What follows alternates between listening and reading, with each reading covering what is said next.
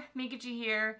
We're going to be doing my August wrap-up today. I can't believe August is over already.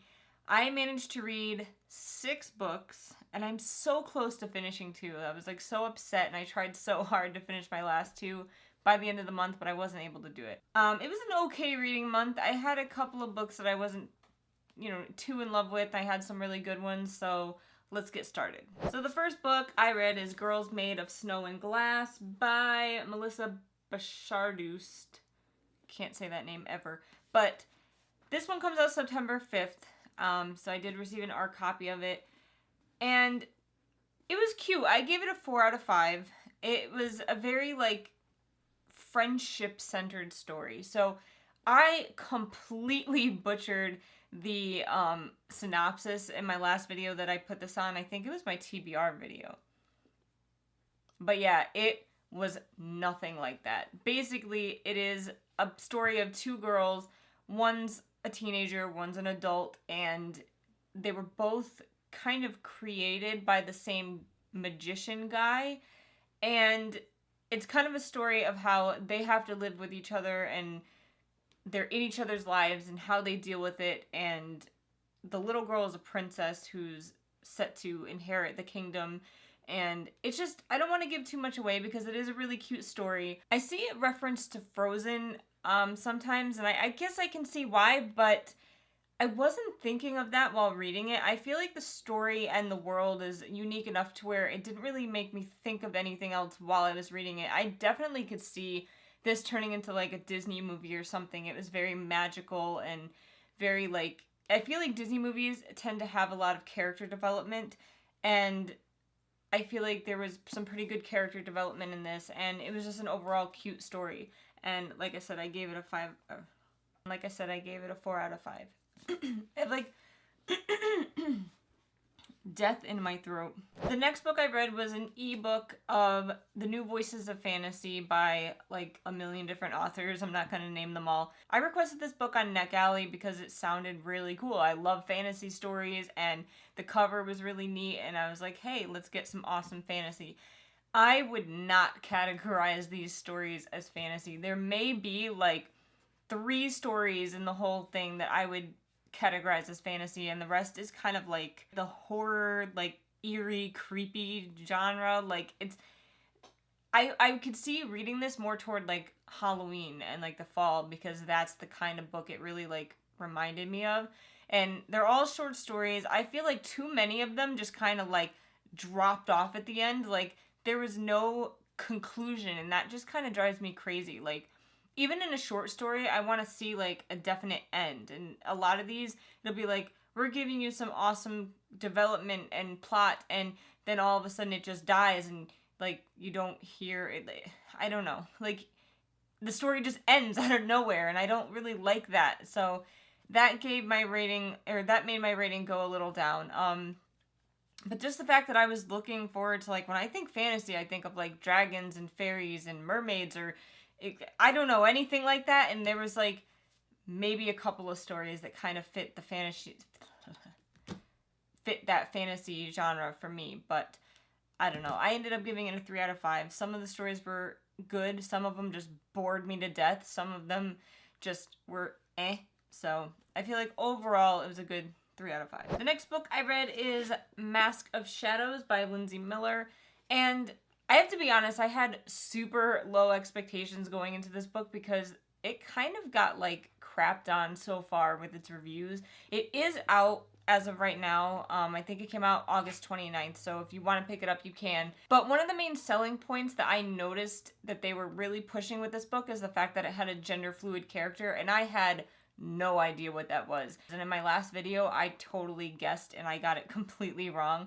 But basically, a gender fluid character is someone who you don't really know, and you're not really supposed to care if they were technically born male or female, and however they're dressed and however they portray themselves at a given time is what you're supposed to reference them as. So if they're dressed like a boy, you're supposed to call them he, and vice versa. So I don't know. I don't feel like that really had all that much to do with the story. And I know a lot of people are referencing Hunger Games when they talk about this book, saying that it's like Hunger Games because it's kind of these people try to enter this contest and then they're kind of thrown together and they can kill each other at certain times. But to be honest, like, I didn't think of Hunger Games at all. I did, however, think of, like, Throne of Glass, and it had some Nevernight elements, and it definitely had some Red Queen elements to it as well that I felt. And, like, those are the three main stories that, like, really jumped out at me when I was reading this. Not that that's necessarily a bad thing. I also hear people complain about, like, the romance in this, and the romance is a little cheesy, but again, I didn't overly love or hate it. I actually ended up giving this a 3.5 out of 5. I thoroughly enjoyed myself while reading it, even though it did give vibes of other stories. It didn't ruin the story for me, and I felt like the main character was unique enough and developed enough to really, like, give it a good feel. And I don't know, I thoroughly enjoyed it while reading it, and that's probably because I went into it with such low expectations, but yeah. Then I read another ebook, which was The Tiger's Watch by Julia Ember, and I really enjoyed this book. It was nice and short, and sometimes a good short story is, like, a good thing. That sounded kind of dumb, but you get what I mean. Like, it's sometimes good to read something short. And I felt like it didn't take away from the story that it was short. Everything flowed really well, and I feel like if it had been longer, it might have been boring. But basically, I ended up giving it a 4 out of 5. It's basically kids that are trained at a very young age to be bonded to animals, and they kind of take on the animal's lifespan, where when one of them dies, the other goes into this, like, comatose state where they can't, like, survive, basically, without outside influence. Essentially, if you're bonded to an animal that only lives 10 years, then you're not going to live to be very old. So basically, the story is about a girl who is in the city where all of these bonded animal people are trained, and it's getting attacked by the enemy, and they flee, and the main character, Tashi, and her friend end up going to a monastery, like, in the mountains and seeking refuge. And then that monastery is taken over by the bad guys, and Tashi ends up having to work directly with the bad guy, and I don't want to give too much away beyond that. It does have a lot of really cute friendships and just, I think, a really cool plot, and I would definitely recommend it. So yeah. So the last books that I actually ended up completing for the month were the first 2 books in the Raven Cycle series, the Dream Thieves, well, that's book 2. The Raven Boys and the Dream Thieves, and I ended up basically giving both of these a 4 out of 5. And I know everyone loves these books, and I loved them too, like, I really did enjoy them, but I feel like they didn't get a full 5 out of 5 for me because, not that it's anything to do with the author or how it's written, I'm just not a super big fan of, like, whimsical things, and when there is whimsical stuff in a story, I need it, like, 100% explained afterward, or give it some type of, like, scientific-y, like, background to make it really, like, loved for me. And I feel like some stuff that happens in this series just, they don't explain. And maybe they do later on, or maybe I'm just missing it. But really, that's the only thing that gets it for me. Other than that, even though Blue's family is psychic and there is a bunch of, like, psychics, and to me it almost feels like a witch coven. Is that weird? Other people get that feeling, and I'm not a huge fan of, like, witch-like stories or witchcraft type stories, and I know Harry Potter is witchcraft, but, you know, that's different. I don't know, I almost get, like, what was the name of that show?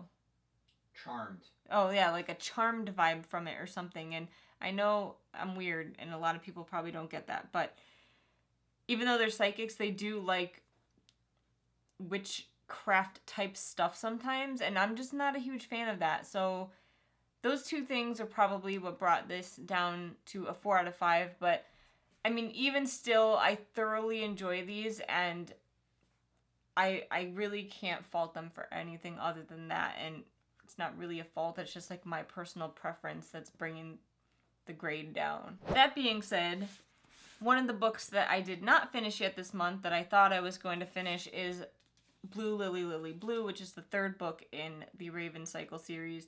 And same thing, like, I'm really enjoying this, but right now it's probably getting about the same rating. I'm about 75% through with this.